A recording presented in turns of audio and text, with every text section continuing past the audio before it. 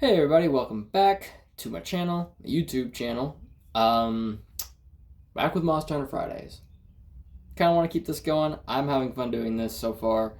Not a lot of people watching it yet, but I mean that's to be expected because YouTube's algorithm is, dog shit. So, here's what we're gonna do. I noticed by accident when I picked the monster for this week that I'm doing a trend. Didn't even expect it to happen, but it's a happy little accident, and I like that. So, I've done a Leviathan in the Lagiacrus, and I have done a Brute Wyvern in Brachydios. So, we're doing our first Bird Wyvern, the Yian Kut-Ku. So, when I say true Bird Wyvern, and I'm going to be saying that a lot, it's because Kuluyaku will be mentioned here in a second. Yian Kut-Ku is the first true Bird Wyvern we're covering because there are three distinct kinds of Bird Wyvern. Yian Kut-Ku falls in the category of true bird wyverns. These are your bird wyverns that are capable of actual flight and have, wyvern-esque, things about them. Be it either the design or the fact that they have elemental attacks. So, and there are some other bird wyverns I'll talk about in a second. They have elemental attacks. So, there's three distinct kinds, and I want to say Kuluyaku falls in the third, and he might be the only one in that third. I could be wrong. I'll do my more research into that, of course, whenever I get to Kuluyaku, which hopefully won't be for a while. I really don't want to waste my time talking about him. And I will go ahead and preface this by saying the other bird wyverns are your more dinosaur, raptor-looking wyvern, bird wyverns, like Velocidrome and, the akin version, are the other ones. Yes, they have things about them, but they don't have elements. They have ailments. So they have, poison, paralysis. Now there is one that does have an element, and that is the Gaiadrome. It has ice. Now it's not exactly an ice element so much as it applies the snowman debuff to you. So. There is that. There's also the smaller versions, of course, which we'll go over them. I'm gonna go over all the prey at the same time I go over all the dromes because they I want to do all the monsters, but they're the same monster, so it's not the. Now that I'm thinking about it, I wonder if I should do it because I did talk about on the last one. Subspecies and variants are two different things, and I'll do them differently. And a drome would technically be, I don't think it would be a variant. I'll let you guys decide on that one down the line. Should we wrap all the dromes in with all the lesser versions, like Cephadrome, Bulldrome, all the Velocidromes, the Great Jaggy, Great Baggy, those kind of guys. If we should wrap them up together in with the lower ones. But back to the original point of this video, Yian Kut-Ku. So, excuse me, sorry about that. That's very unprofessional. But, then again, I don't really care. So,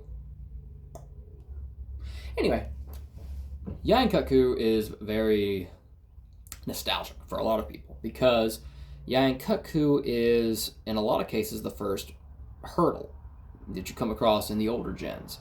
Gens 1 and 2, I know specifically for 2, but Bird Wyvern is typically the first true challenge for a hunter. You go around mostly gathering and slaying the smaller monsters like the aforementioned Velocidrome thing. Well, the Velocidrome will be your first, be like, hey, it's a big monster, but it's not really much of a challenge. It's your first introduction into a large monster fight, sure. But the Bird Wyvern is normally your first true challenge, your first wall. So Yian Kut-Ku is normally that first one, at least in the older gen. Now, I know in Gen 3 he wasn't around and they used Quirapeko. But it's the same concept as the Bird Wyvern. And Gen 4, there was Malfestio. Oh, I can't wait to talk about Malfestio. Anyway, so for a lot of people, Yian Kut-Ku is very nostalgic because he was your first hurler, your first true conquer. Because the reason the bird wyverns are there is because they are a good introduction to actual true wyverns.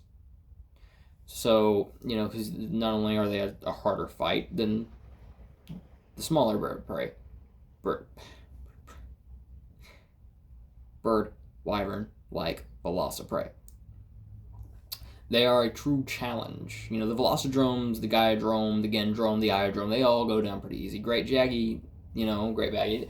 Now, then of course they have things about them, but I digress. Go over them separately. I need to focus on Kut-Ku.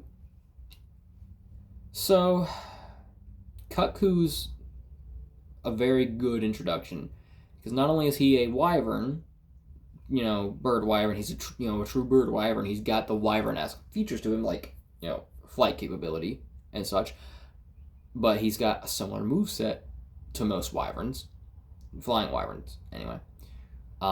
He also has a true elemental attack in the form of fire. All of these things are perfect for gearing you up to fighting Wraths, be it Wrath Yian, Rathalos. You're really, really good because he's got a similar moveset to the Wraths. He's got the fire element like the Wraths. His armor is good for protection against fire. So it really helps. And the more I think about it, Gen 5 was kind of weird because there were no bird wyverns to begin with. You had Jagras and Great Jagras, and, eventually ran into the Gyarados and Dodogama, which he's very interesting because there's no lesser Dodogama. But anyway, you don't really fight any bird wyverns aside from Legiana, which is in the Coral Highlands, and that's a good bit of ways into the game. Normally, they give you a bird wyvern to start with, but you end up with flying wyverns before you do, because I'm pretty sure Puka counts as a flying wyvern. I will double check that after this video. I'm 90% sure that he counts as a flying wyvern. He's not a bird wyvern. It'd be a really weird situation if Puka was a bird wyvern. But the point of a bird wyvern is to be your introductory phase to wyverns in general. So how good does Yian Kut-Ku do? Well, they did pretty good. I'd say he does a very good job. Because of, not only for training you to fight wyverns like the Wraths, but for giving you a good little advantage against them. Because at this point, fire protection is a must. Because a lot of monsters have fire element. So, just thinking about Yian Kut-Ku, yeah, he's goofy. He's a big old chicken. Yeah, I love him. His design's great. And the ears, and they give you a solid advantage over Yian Kut-Ku because they give you sonic bombs on your first go-around when you do it in the village. And the sonic bombs can disrupt him for a moment, and they give you the ability to go in and start doing some big damage for a few seconds, but it comes at the cost of he's going to get mad. And when he goes into rage mode, he's a lot faster. He's, throwing fire more frequently. Now, Yian Kut-Ku does a very good job at being he's a bird wyvern. We've covered what he is, and we've covered what he's supposed to do. And I say he does those jobs very, very well.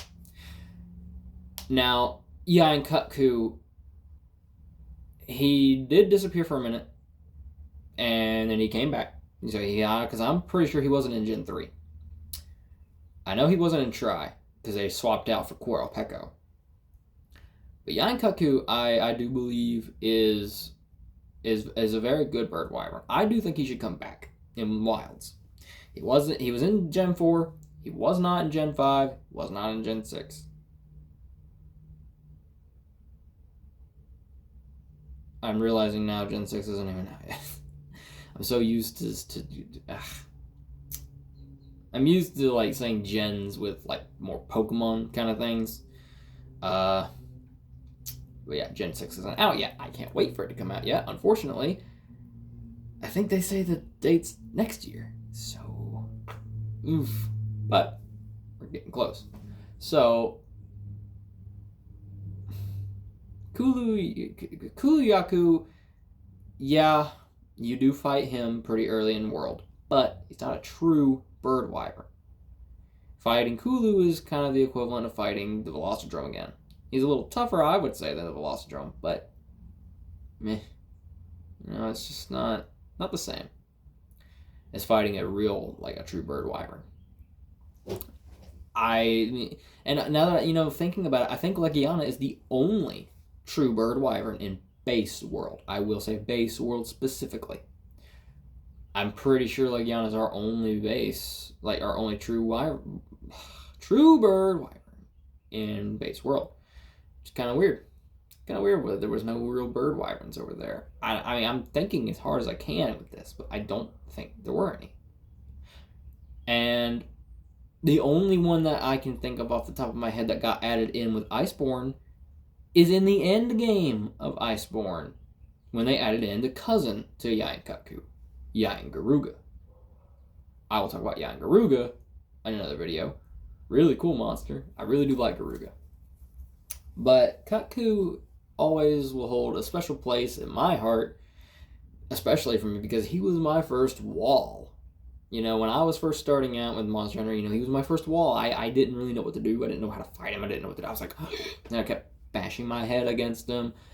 I started upgrading armor, found out that was working good, and I started, getting stronger weaponry. It's a teaching moment. Yian Kut-Ku is a teaching moment for a lot of people because he trains you how to fight them, and he shows you that there's going to be elements, and he gives you a bit of a boost against those things, like protection wise. Like his armor is like at the point you fight Kut-Ku, at least I know, in my experience, the armor you get before Kut-Ku is drastically weaker than Kut-Ku's armor itself. Like that armor boosts you a good bit. It's like, hey, you did good. Here's a good little treat, a little reward for you.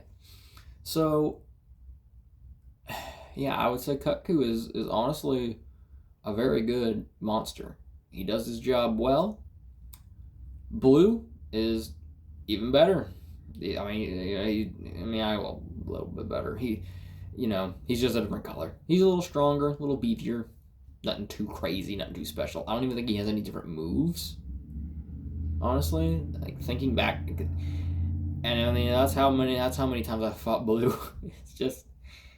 He's just Blue. I mean, I can't think of anything special about him other than the color. But this one's a bit shorter. I don't have a lot to say about him because he's one of the lessers. I don't mean to say that in a bad way. I mean he's definitely not a flying wyvern. He's definitely not a leviathan. Not a fanged beast, anything like that. Yeah, but I would say for what he is, he's very, very good for what he is. I mean, really, he is. So, all things considered, Yian Kut-Ku, I'd put him in, again, this list will change as time goes. And I actually need to make a list, like a physical list. And I'm going to put it somewhere in this area here. Somewhere. I don't know where. But I'm going to work on that. I will work on that. So we have Bracky in S. Laggy is an A. And as we add monsters, this will change. But for now, we're going to put Yian Kut-Ku in the mid-low end of B tier. And the only reason is because he is, like I said, he's a bird wyvern. He's an introductory bird wyvern. There's nothing really special, nothing too tough, nothing to do. But, obviously, bird wyverns are going to be lower because they're bird wyverns. I mean, they're not meant to be the top of the food chain. That's why they're not. So, I would say Yian Kut-Ku definitely is going to be in the mid to low section of B tier. Holds a special place in my heart. That has nothing to do with, the ranking. It's just a thing that, felt like I would share. But this video is going to be a little shorter because what do I say? What do I say about him? So, yeah. I think that'll about do it for this one. And, go visit the TikTok at Portal Dweller. If you want to see more content, I just made a pipe. Very good pipe. Not the prettiest thing, but it's functional. I made that on there. And that video could use some more views. The first, I mean, it's a two-parter. The first one did great. Second one, it's not really climbing. Hasn't even reached 100 yet. So maybe you could be the 100th viewer. Anyway, go check out my TikTok. There's videos on there, updates about Mystic Portal Emporium, updates about, you know, this series. There's also SCP content on there, which I do need to do one of those. So, that'll about do it for this one. So I will see you guys either here or over there. Either way, in the next video.